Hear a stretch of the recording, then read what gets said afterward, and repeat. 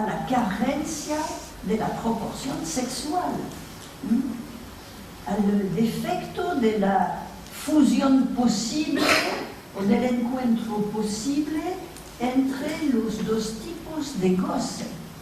El discurso capitalista forcluye las cosas del amor, dice Lacan. Y hasta el siglo pasado, todos los discursos construían suplencia a la falta de la proporción sexual.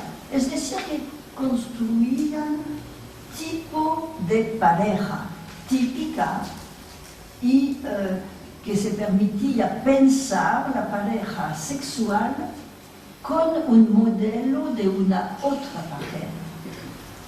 Amo esclavo, profesor, estudiante, histérico, amo, analista, analizante. En todos los discursos hay una pareja típica propia del discurso. La pareja hombre-mujer no aparece. Y lo que hicieron los siglos anteriores al siglo XX fue más o menos, para decirlo a la groseramente, pensaron en la pareja con el modelo del discurso del amo. El rey, la reina, es el tipo, es pensar hombre-mujer como amo y esclavo. Bon. Y entonces el capitalismo, él no construye ningún modelo, y es porque no construye modelo que quizás la no proporción sexual ha sido formulada en este siglo. Voy a saltar un poco, ¿no? Para terminar. ¿Va bien? Sí. ¿Sí? ¿Qué hora es? Bon.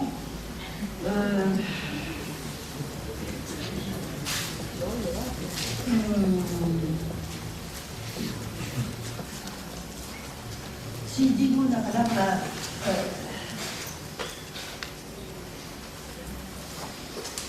hemos olvidado algo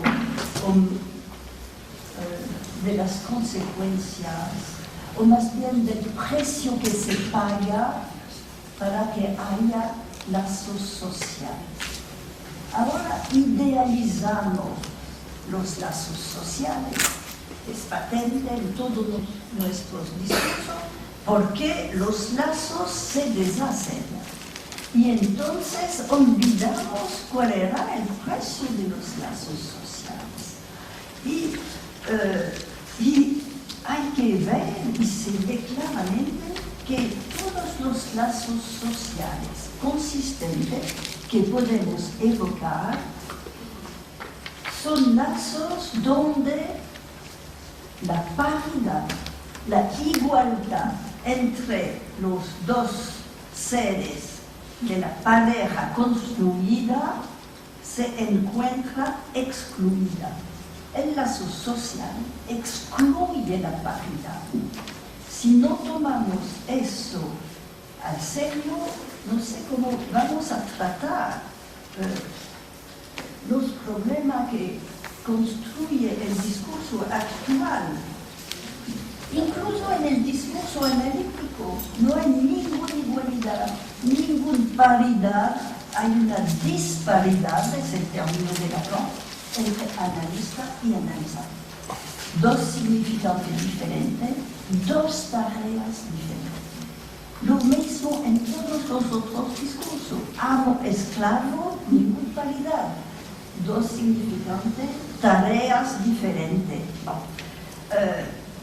Y entonces no hay posibilidad de un lazo social que se funde sobre la paridad. Y como no aceptamos más la disparidad, es un problema actual.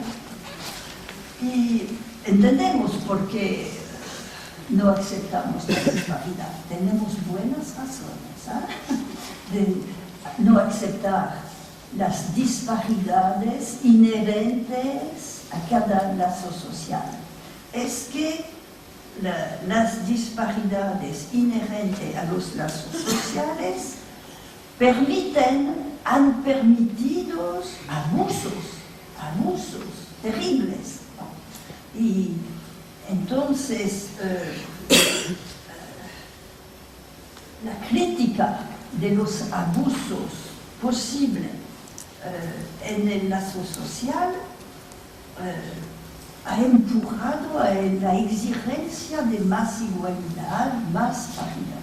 Pero les hago observar, desarrollo la aporía, no tengo la solución, pero desarrollo la aporía, les hago observar que la violencia posible interna al lazo social existe, los abusos existen, pero son abusos y violencias ordenados,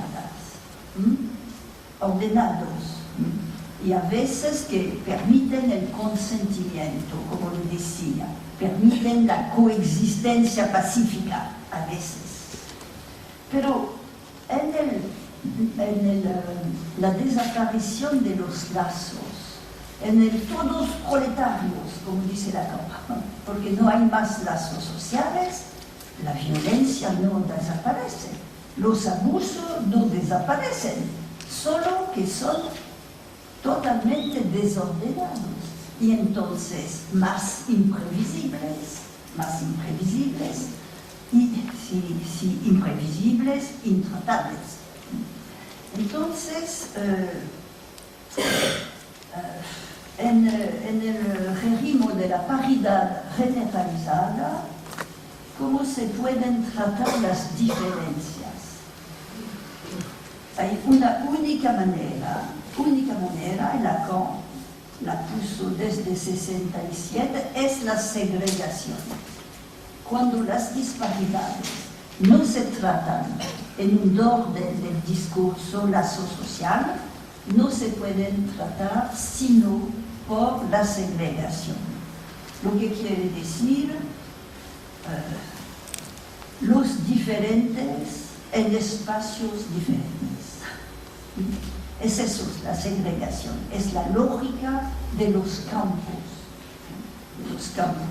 exactamente.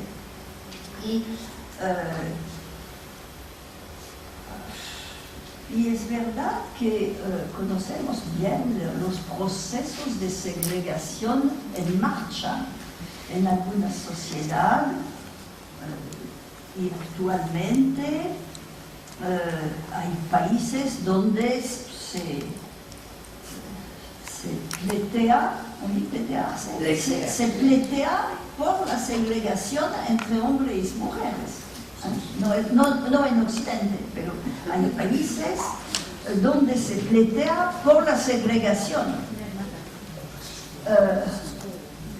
Y me enteré por completa casualidad de un pequeño hecho en Europa civilizada, y es que en las oficinas donde se piensa que hay que hacer en la educación, especialmente en la educación, hay gente que empiezan a pensar que hay que restablecer las escuelas no mixtas. Aquí también. Perfecto. Eso es un lindo pequeño síntoma de la lógica segregativa. La lógica segregativa, que es la única que nos queda para resolver los problemas de las diferencias en el régimen de la paridad idealizada. Entonces, debo terminar, ¿no? Es eso que te diga, ¿no? He adivinado. Termino rápidamente sobre quizás lo más importante, y es la identidad síntoma. La identidad vía el síntoma. Es cierto que el psicoanálisis no va a cambiar el estado del mundo capitalista y sus evoluciones previsibles. El psicoanalista no puede hacer otra cosa que interesarse, vigilar y actuar como analista en todas las partes donde se encuentra. Pero el análisis aporta algo que hace contrapeso a la incertidumbre y de las identidades sexuales y de las identidades sociales. Contrapeso no quiere decir suprimir, pero contrapeso. Y es que el psicoanálisis revela a cada uno que, a pesar de su sentimiento de identidad precaria, tenía una identidad no precaria, que era la identidad de su síntoma fundamental.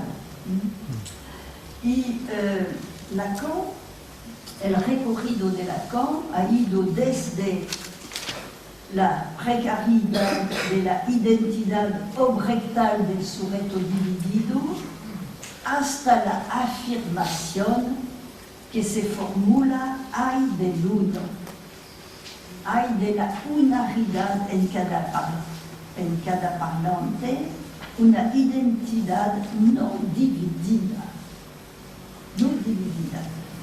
Y es por eso que, termino rápidamente, que el nombre propio,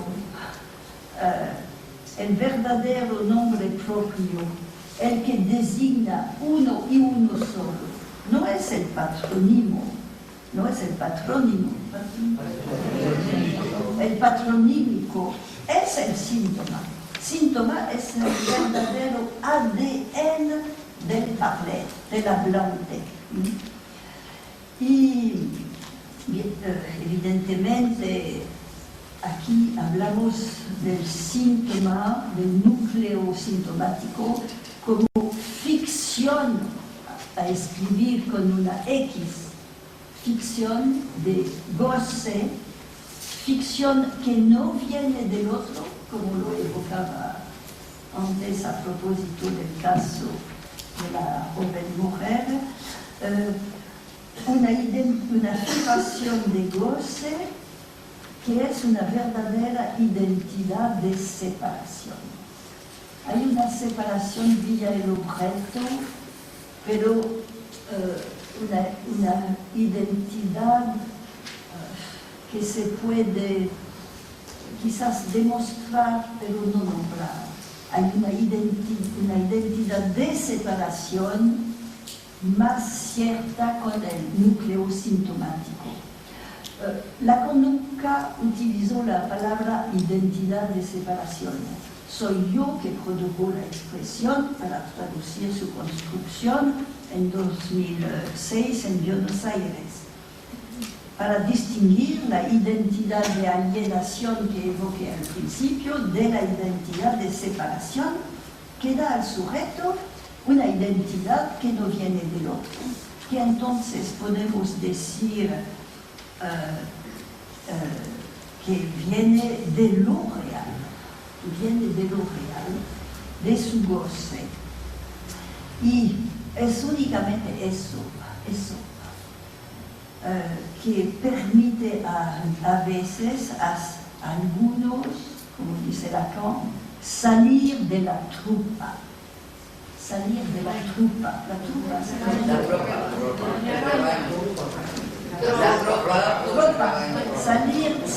la tropa. No sé si cada uno tiene el sentimiento que ya ha salido de la tropa. Lo dudo, pero salir de la tropa no quiere decir aislarse del mundo. Salir de la tropa designa